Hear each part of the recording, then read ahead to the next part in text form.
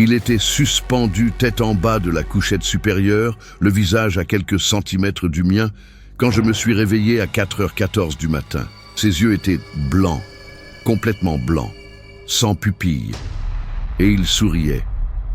Un sourire trop large pour tenir sur un visage humain. « Je t'ai trouvé », a-t-il murmuré, et son haleine sentait la terre humide et la décomposition. « Enfin, je t'ai trouvé. »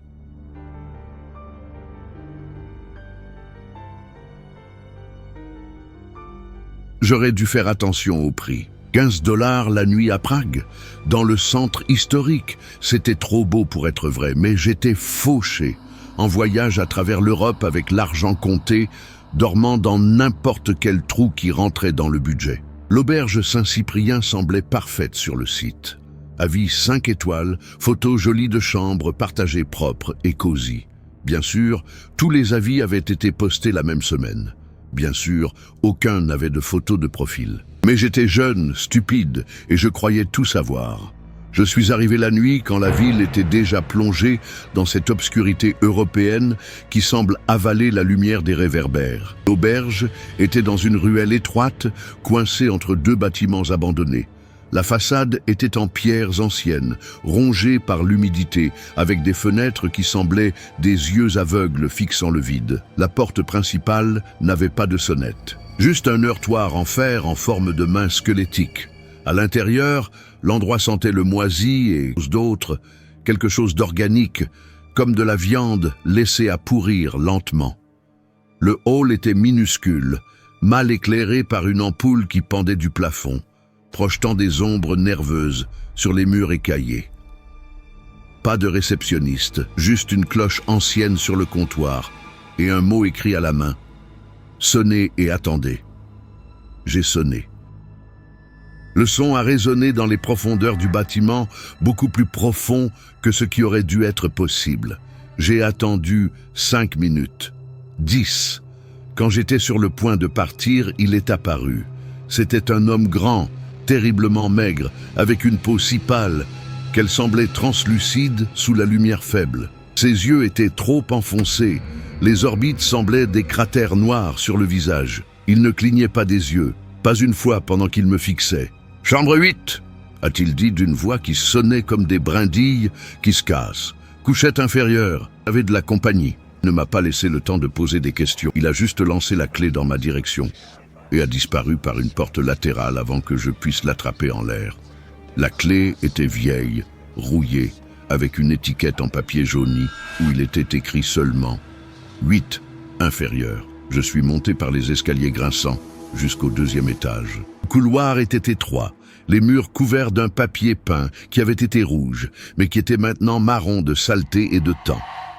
Les ampoules clignotaient à un rythme irrégulier, créant un effet stroboscopique qui faisait palpiter ma tête. J'ai trouvé la chambre 8 au bout du couloir. Quand j'ai ouvert la porte, l'odeur m'a frappé comme un coup de poing.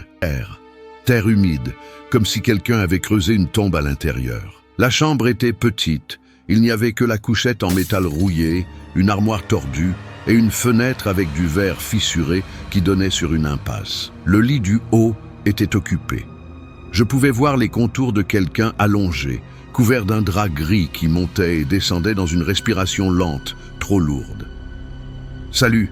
ai-je tenté, ma voix sonnant petite dans cet espace claustrophobe. Aucune réponse, juste cette respiration, lourde, humide, comme si elle venait de poumons remplis de liquide. J'ai décidé de ne pas insister. Les voyageurs d'auberge pouvaient être bizarres. Peut-être qu'ils dormaient profondément. Peut-être qu'ils ne parlaient pas anglais. Peut-être qu'il était juste asocial. J'ai jeté mon sac à dos dans l'armoire et je me suis allongé sur la couchette inférieure, habillé, sans même enlever mes chaussures. Quelque chose au fond de mon esprit criait que je devrais sortir de là. Mais j'étais épuisé. J'avais marché toute la journée. Mes yeux se sont fermés avant que je puisse lutter contre le sommeil. Ce fut une erreur. La plus grande erreur de ma vie. Je me suis réveillé avec la sensation d'être observé. Tu sais, cette certitude primitive, instinctive, qui vient de millions d'années d'évolution disant que tu es la proie, c'était ça, Tout mon corps était rigide, couvert de sueur froide, le cœur battant à un rythme frénétique. J'ai regardé l'heure sur mon portable. 2h47 du matin. La respiration du haut avait changé. Elle n'était plus lente et lourde. Elle était rapide, haletante, comme si quelqu'un venait de courir un marathon. Et il y avait un autre son, un son humide, comme de la chair frottant contre du métal. Comme si la personne dans le lit du haut se tordait, frottant le corps contre les barreaux rouillés de la couchette. « Ça va ?» ai-je demandé, ma voix sortant comme un murmure étranglé. Le son s'est arrêté instantanément. Silence absolu. Ni respiration. Rien. C'était comme si la personne du haut avait simplement cessé d'exister. Et puis, lentement, quelque chose a commencé à bouger. Je pouvais entendre le froissement du tissu, le grincement du métal sous un poids qui se déplaçait. Quelqu'un descendait du lit du haut, mais pas par les échelons latéraux. Il descendait par l'avant, en rampant, comme une araignée géante, avec des membres pliés à des angles impossibles, se déplaçant avec une fluidité qui n'était pas naturelle. Je pouvais voir la silhouette dans l'obscurité, une forme humanoïde, mais fausse de toutes les manières possibles. Les bras étaient trop longs. La tête pendait à un angle étrange. Et puis il s'est arrêté, suspendu tête en bas, à quelques centimètres au-dessus de moi. J'ai fermé les yeux de toutes mes forces, chaque muscle de mon corps criant pour courir, mais j'étais paralysé par la terreur la plus pure que j'ai jamais ressentie. Je pouvais sentir son haleine sur mon visage. Terre, décomposition, quelque chose de mort depuis longtemps. Et puis il a parlé, la voix était un bruit d'insectes rampants. Tu sens différent, tu sens vivant. J'ai ouvert les yeux sans pouvoir m'en empêcher. Et j'ai immédiatement souhaité ne pas l'avoir fait. Son visage était si proche que je pouvais compter chaque pore, chaque verrue, chaque morceau de peau qui se décollait. Mais le pire était les yeux. Blancs. Complètement blancs, comme des œufs durs, sans coquille, sans iris, sans pupille. Et pourtant je savais qu'il me voyait. Me voyait d'une manière qui allait bien au-delà de la vision physique. Il a souri. La bouche s'est ouverte révélant des dents noires, pourries, et une langue grise qui était trop longue, fourchue au bout comme celle d'un serpent.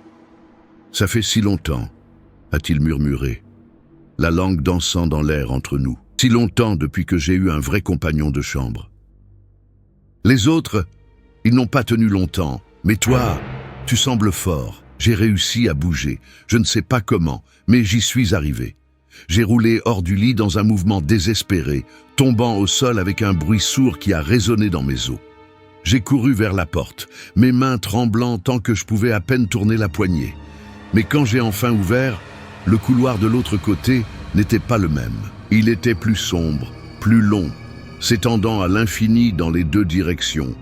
Les portes se multipliaient, des centaines d'entre elles, toutes identiques, toutes avec le numéro 8 écrit en sang frais qui coulait sur le bois. J'ai entendu le bruit de lui descendant complètement du lit, les pieds nus touchant le sol, avec un contact humide et lourd. « Ça ne sert à rien de courir », a-t-il dit, maintenant debout, sa forme allongée remplissant l'encadrement de la porte. « Cet endroit nous garde ensemble, pour toujours. Tu es à moi maintenant, mon ami, mon compagnon, ma nourriture. » J'ai couru quand même. J'ai couru dans le couloir impossible, les portes passant comme des flous, ses pieds traînant derrière moi à un rythme constant et implacable. Il ne courait pas. Il n'en avait pas besoin, parce que peu importe où j'allais, quand je regardais en arrière, il était toujours à la même distance, toujours s'approchant, lentement, inévitablement. J'ai trouvé un escalier et j'ai descendu, les marches semblant se multiplier sous mes pieds. J'ai descendu jusqu'à ce que mes poumons brûlent, jusqu'à ce que mes jambes crient, jusqu'à ce que je sois sûr d'avoir descendu bien plus de 2 étages. Et quand j'ai enfin atteint le bout, j'étais de retour dans la chambre 8. Il était assis sur mon lit, m'attendant, ce sourire impossible étiré sur le visage mort. « Tu ne comprends pas encore, hein ?» a-t-il dit, inclinant la tête à un angle qui a fait craquer les os du cou. « Tu ne sortiras jamais, personne ne sort. Cet endroit, il se nourrit, et je suis le berger. J'amène les moutons à l'abattoir. » J'ai reculé jusqu'à heurter mon dos contre le mur froid. Il n'y avait nulle part où aller. La chambre était un piège, et j'y étais entré volontairement. Il s'est levé, se déplaçant avec cette fluidité grotesque, les membres se pliant de façon qui défiait l'anatomie. « Tu veux savoir comment je suis arrivé ici ?» a-t-il murmuré, s'approchant centimètre par centimètre. « Tu veux savoir ce qui est arrivé à tous les autres hôtes qui ont dormi dans ce lit ?» Il a pointé le sol, sous la couchette. « Creuse !» a-t-il ordonné. « Creuse et découvre. Je ne voulais pas. Mon Dieu !» Comme je ne voulais pas. Mais mes mains ont commencé à bouger toutes seules, grattant le plancher de bois pourri. Les planches ont cédé trop facilement, comme si elles avaient déjà été enlevées des milliers de fois.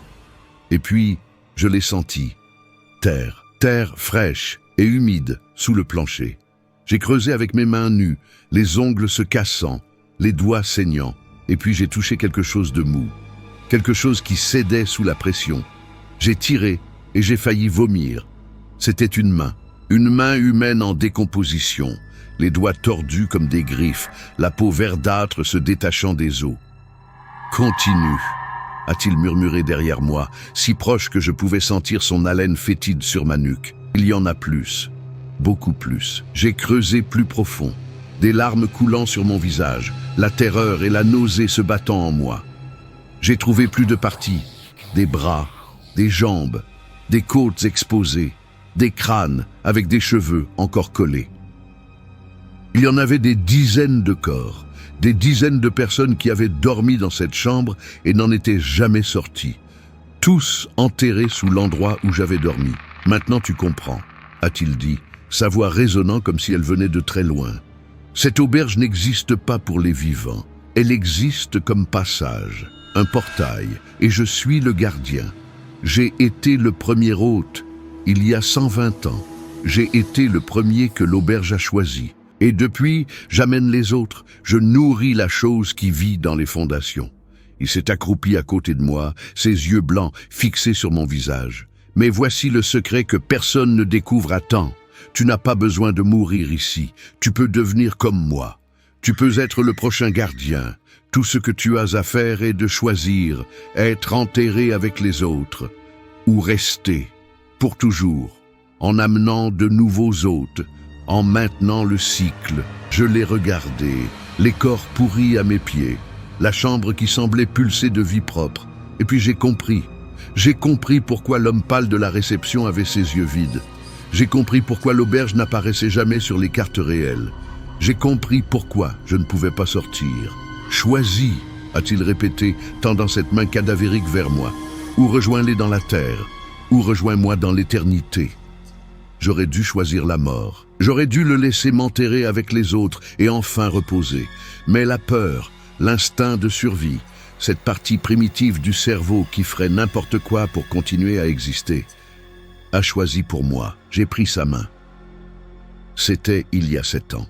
7 ans depuis que je suis devenu l'hôte de la couchette supérieure. 7 ans à amener des voyageurs imprudents, pour dormir en dessous de moi. Je les observe dormir. J'écoute leurs battements de cœur ralentir quand ils se rendent compte que quelque chose ne va pas. Et quand ils se réveillent, quand ils me voient suspendu au-dessus d'eux avec mes yeux qui ne voient plus la lumière, je fais la même offre qui m'a été faite.